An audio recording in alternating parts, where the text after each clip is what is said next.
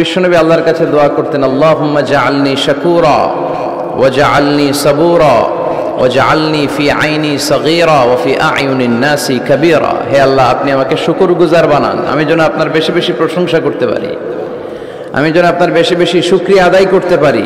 ওয়া জাআলনি সাবুরা, আমাদেরকে ধৈর্যশীল বানান, আর নিজের চোখে আমাকে আপনি ছোট বানান, গোটা বিশ্বের মানুষের চোখে আপনি আমারে বড় বানান। পড়েন আমিন। নিজের চোখে নিজের ছোট থাকতে হয়, ঠিক কি না? এটাই হচ্ছে ইসলামের ডিরেকশন। মান তাওয়াদা তারাফা, যে নিচে নামতে চায় আল্লাহ টেনে উপরে উঠায়। সুন্দর না সিস্টেমটা? আর যে উপরে উঠতে চায় অহংকার করে, তারে নিচে নামিয়ে দেয় কে? সাইয়েদনা আদম আলাইহিস সালাম বিনয়ী ছিলেন। ওনাকে সৃষ্টি করার পরে আল্লাহ বললেন, ইয়া আদম সাল্লিম আলা উলাইকান নাফর। আদম, এই যে ফেরেশতারা বসা, সালাম দাও।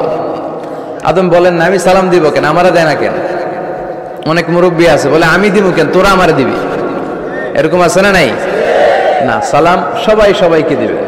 স্বামী স্ত্রীকে দিবেন, স্ত্রী স্বামীকে দিবেন, বড়রা ছোটদের দিবেন, ছোটরা বড়দের দিবেন, এক ভাই আরেক ভাইকে দিবেন, বোন ভাইকে দিবেন। তাহলে ফ্যামিলির মধ্যে শান্তি দিয়ে ফ্যামিলিটাকে সমৃদ্ধ করে দিবে কে? কারণ সালাম অর্থই শান্তি। সালাম অর্থ কি? ফ্যামিলির মধ্যে আমাদের এই সালামের প্রচলন নাই। বিশ্বনবী সাল্লাল্লাহু আলাইহি ওয়াসাল্লাম স্ত্রীদেরকে আগে সালাম দিতেন, সাহাবাদেরকে আগে সালাম দিতেন। মা আয়েশা বলেন, এত বছর বিশ্বনবী সংসার করলাম, একদিনও আগে সালাম দিতে পারি নাই। সবসময় বিশ্বনবী আমাকে আগে সালাম দিয়ে দিতেন। তো সাইয়েদনা আদমকে সৃষ্টি করার পরে আল্লাহ বললেন, আদম সাল্লিম আলা উলাইকান নাফর। বুখারীর বর্ণনা, ফেরেশতাদের এই দলটাকে তুমি সালাম দাও। সাইয়েদনা আদম আলাইহিস সালাম অহংকার করেন নাই, তিনি বলেন নাই যে কেন দিব। ফেরেশতারে বলেন না আমারে দিতে, এটা বলছে না, উনি সালাম দিলেন। ফলে ওনার অন্তর থেকে অহংকার মুক্ত করে দিল কে? আল্লাহ। বিশ্বনবী বলেছেন, আল বাদিউ বিসসালামি বারিউম মিনাল কিবর। আগে আগে যে সালাম দিয়ে দেয়, আল্লাহ তার অন্তর থেকে অহংকার তুলে নেয়। মান কানা ফি কলবিহি হাববাতু খারদাল মিনাল কিবর লা ইয়াদখুলুল জান্নাতা আবাদা।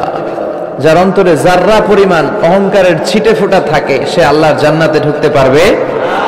আল্লাহর জান্নাতে ঢুকবে বিনয়ীরা। কারা? যারা বিনয়ী, মুতাওয়াদি, হাম্বল, যাদের মধ্যে হাম্বলনেস আছে, যারা বিনয়ী, তারা জান্নাতে ঢুকবে।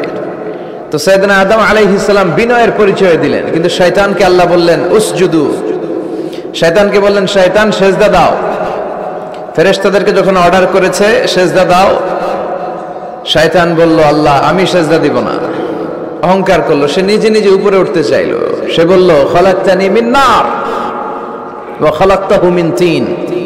আপনি আমাকে বানিয়েছেন আগুন দিয়ে, আগুনের ধর্ম উপরের দিকে ওঠা। আগুন জ্বালিয়ে দিলে লেলিহান শিখা কই যায়?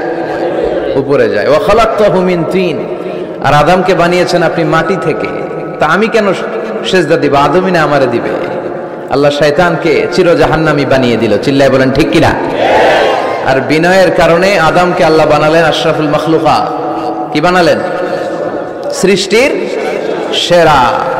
এজন্য নূরের ফেরেশতারাও সাইয়েদনা আদমকে সেজদা দিতে বাধ্য হয়েছে। চিল্লায় বলেন ঠিক কিনা?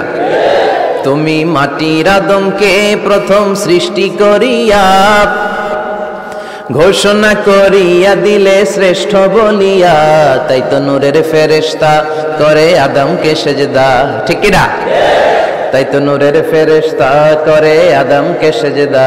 সবার চেয়ে সম্মান দিলে মাটির আদমকে। আল্লাহু আল্লাহু তুমি জাল্লে জালালুহু, শেষ করা তো যায় না গে তোমার গুণগান। আল্লাহু আল্লাহু, সুবহানাল্লাহ পড়েন। এজন্য আমরা যেন বিনয়ী হই, আমরা যেন নিজেকে ছোট মনে করি। আপনি নিজেকে ছোট মনে করলে আল্লাহ আপনাকে বড় বানায় দিবে।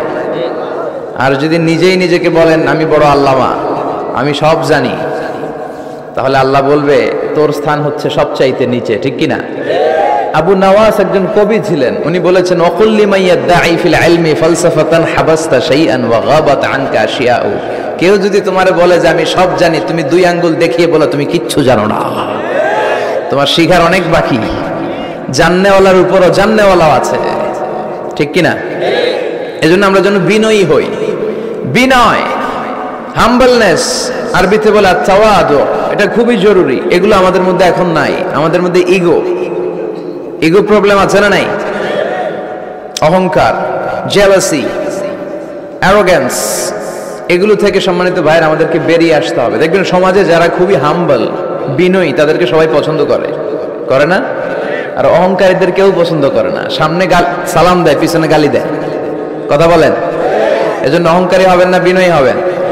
বিশ্বনবী বলছেন, আল্লাহ আপনি আমারে বিনয়ী বানান, আপনি আমারে ধৈর্যশীল বানান, আপনি আমারে শুকর গুজার বানান। আমার চোখে আল্লাহ আপনি আমারে ছোট বানান, মানুষের চোখে আপনি আমারে বড় বানান। পড়েন আমিন।